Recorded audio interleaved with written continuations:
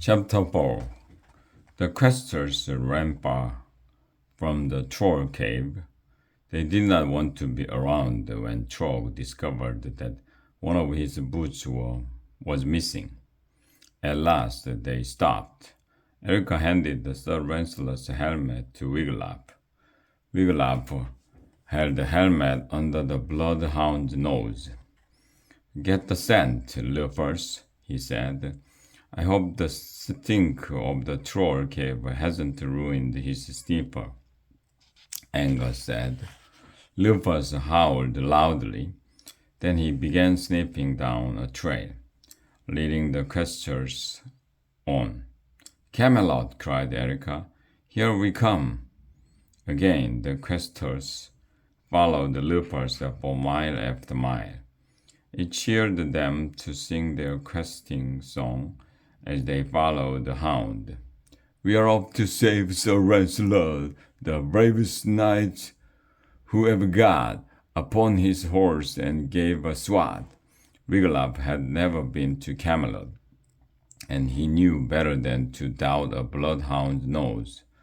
But this area of the dark forest looked remarkably like the outskirts of his hometown, Pinwick, and Pinwick was nowhere near Camelot. "Jounds," thought Wiglaf as they passed a gnarled oak. "That looks like my favorite boyhood climbing tree." On they ran.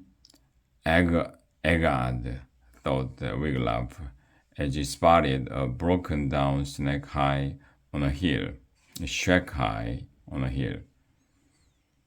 That looks like the shack I used to see when my father sent me across the river to hold the cabbage fields. It was afternoon before Rufus stopped. He sniffed the air and let out a chilling wail. "Rufus," said Angus, "is Lancelot nearby?" The hound bounded forward. His rope jerked out of Angus' hand. Rufus raced up the hill, dragging the rope behind him. "Rufus," called Angus, "wait for me, boy." But the bloodhound never looked back. He shot like an arrow to the top of the hill and disappeared from view. "Come on," cried Erica. "Do you not see? The dog is leading us to our knight." She cupped her hands to her mouth and called, "We are coming to save you, Sir Lancelot." The questers raced up the hill after Rufus. Wiglaf thought he heard someone yelling. He could just make out the words. They sounded like, "Let go of me, you crazy beast." Suddenly Rufus appeared on the crest of the hill. He had sunk his teeth into a man's pant leg. He was pulling the man down the hill. "Oh, poor Sir Lancelot!" Erica exclaimed. "Too bad he's not wearing his armor. I must be ready for the first aid kit." Wiglaf shielded his eyes from the late afternoon sun. Here was the handsome knight at last. Wiglaf saw his flowing mane of dark hair, his famously white teeth. "Untooth me, hound," the knight yelped, "or I will skin you and make myself a vest." Morgana's spell must cause him to speak so harshly, Erica observed. Rufus kept his jaws clamped firmly on Sir Lancelot's pant leg. He tugged him, kicking and fighting, down the hill to the questers. Erica fell to one knee. She bowed before the world's most perfect knight. "Good, Rufus," Angus said, kneeling down.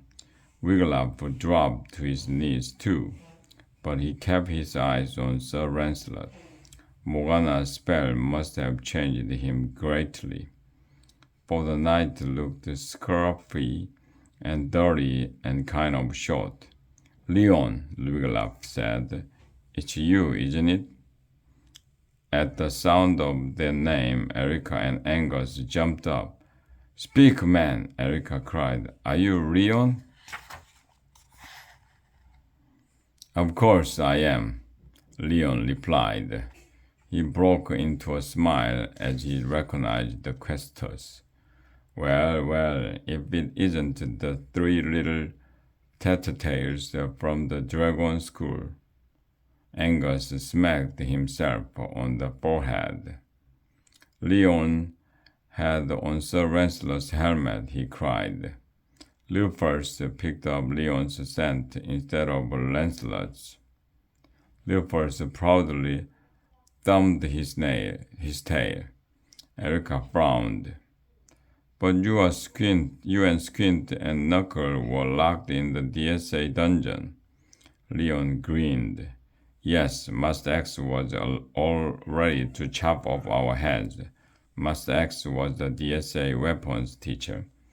But first, he wanted to test the sharpness of his blade, and he cut the deacons out of his thumb. A bloody mess it was." Wiglaf began to feel dizzy. "Master X fainted dead away," said Leon. "No!" cried Erica. "Oh, yes, he did," said Leon.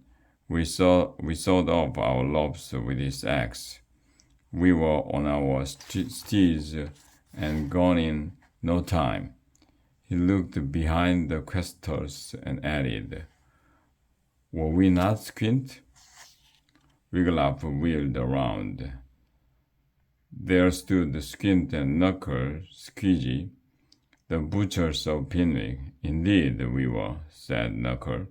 "All right, man. Let's take these runts back to the butcher shop. One of them can write a ransom note for us to take to DSA." He grinned. "Looks like we are going to get Mordred's gold after all." "Your plan won't work," Angus told Knuckle. "Uncle Mordred shan't give up his gold for us." "Uncle?" Squint cried. "Your family? Oh, Mordred will pay all right." "You don't know him," Erica said. "Mordred is greedy. His gold means everything to him." "Come on, Runch," Leon said. "March it to the butcher shop. Hop, 2, 3. They marched. Erica bravely struck up their questing song. Wiglaf and Angus joined in. "We are armed to save Sir Lancelot, the bravest knight who ever got upon his horse and gave a swat to neighbors hatching a wicked plot."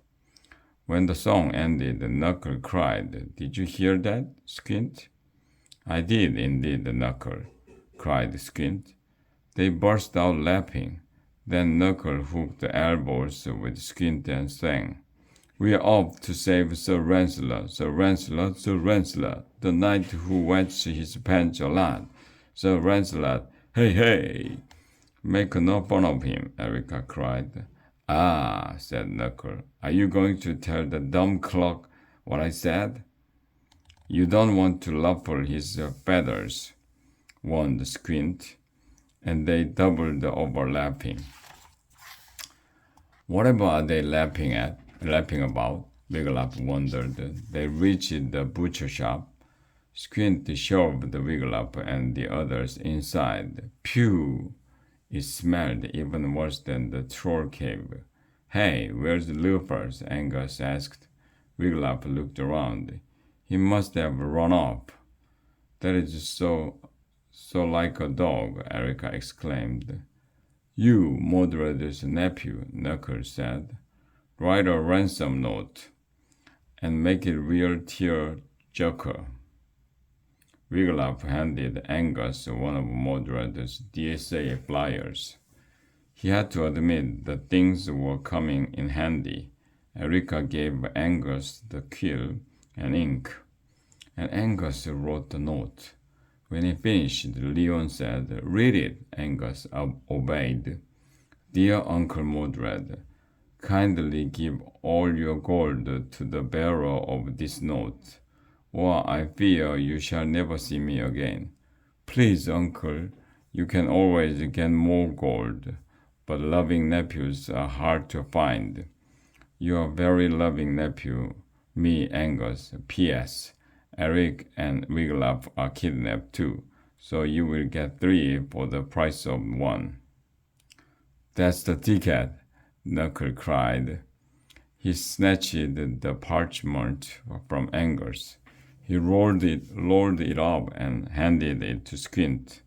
Take this to the Dragon School, brother, he said. Why me? Said Squint. I don't want to go back there. I will run into Master X. Knuckle turned to Leon. You take it. Oh no, Leon said. Master X isn't getting a second chance to lop off my head. Besides, I have a blister on my big toe and Leon stopped. He chewed on a hangnail thoughtfully. On second thought, I am your man, Knuckle, he said. My blister isn't so bad. I shall go to TSA. Knuckle eyed Leon suspiciously. I shall definitely come back with all the gold, said Leon, smiling sweetly. Trust me. No way, said Knuckle. I must go myself. Leon shook his head. But I don't trust you. Looks like we must all go together, Squint put in. And I say we wear our disguises. Ha! Master X will never recognize us, said Squint. But what about the lunch? Tie them up and lock them in, said Leon. Squint grinned. He tied the questors' hands tightly behind their backs. May good win over evil, Erica shouted as Squint shoved them down on the hard dirt floor. The thieves only laughed. Then Knuckle threw open a big trunk. The thieves took out scarves and shawls. They took out bonnets too. The questors stared open-mouthed as the thieves got dressed up. Well, said Leon. He hooked a pail over his arm and twirled for the questors. Have you ever seen 3 such lovely milkmaids? Milkmaids? Cried Erica. You are joking. Why, you little... Milkmaid Leon began. Pay no attention to the runt, Leon, said the milkmaid Knuckle. Come on, let us be off. Squint grabbed the ransom note. Let us be off to milk Mordred of his gold.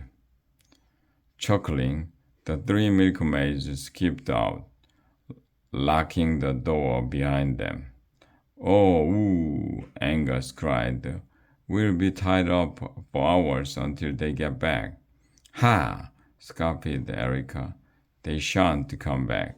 Once they have the gold, why should they? Double ooh, cried Angus. Are we doomed to die here? Oh, stop whining, Erica snapped. If we can get loose, Wiglaf will summon Jellock. But I can't, Wiglaf said. Jellock said he was turning off his summoner, remember? We must not give up hope, Erica said. Why not? Asked Angus as the daylight faded. Erica thought for a moment. Lads may come in the night and gnaw off our lobs, she said. Wiglaf swallowed. This was a grim hope. Scratch, scratch. What was that? Wiglaf held his breath. Help! Angus cried. The rats have come. Wiglaf squinted. In the dim light, it looks as if a patch of the dirt floor was caving in, making a hole. Something poked up through the hole. Wiglaf's eyes grew wide. Look there! Angus cried. A nose! It's the nose of the world's biggest rat. You dolt! Erica cried. That's no rat. Wiglaf blinked. It was. Lupus! He cried joyfully. Lupus poked his whole head up out of the hole. He worked the rest of his body out too. "Over here, dog," Erica called. Lupus bounded over to her. She scooted around and held out her tied-up hand. "Chew on the rope," she ordered. "Chew." Lupus understood. He took the ropes that bound her wrists in his teeth. He began to gnaw. At last, Erica slid one hand free. She flung the rope from her other hand. "Not bad," she told Lupus, "for a dog." Erica lit her mini torch. Then she quickly untied Wiglaf and Angus. They hugged Lupus. "You saved us, boy," Angus cried. Erica tried the door, but it was locked from the outside, so one by one they wormed their way through Lupus' tunnel. Wiglaf was the last to get out. How good it felt to be free. "Onward to Camelot," Erica cried, and in the moonlight the questers set off.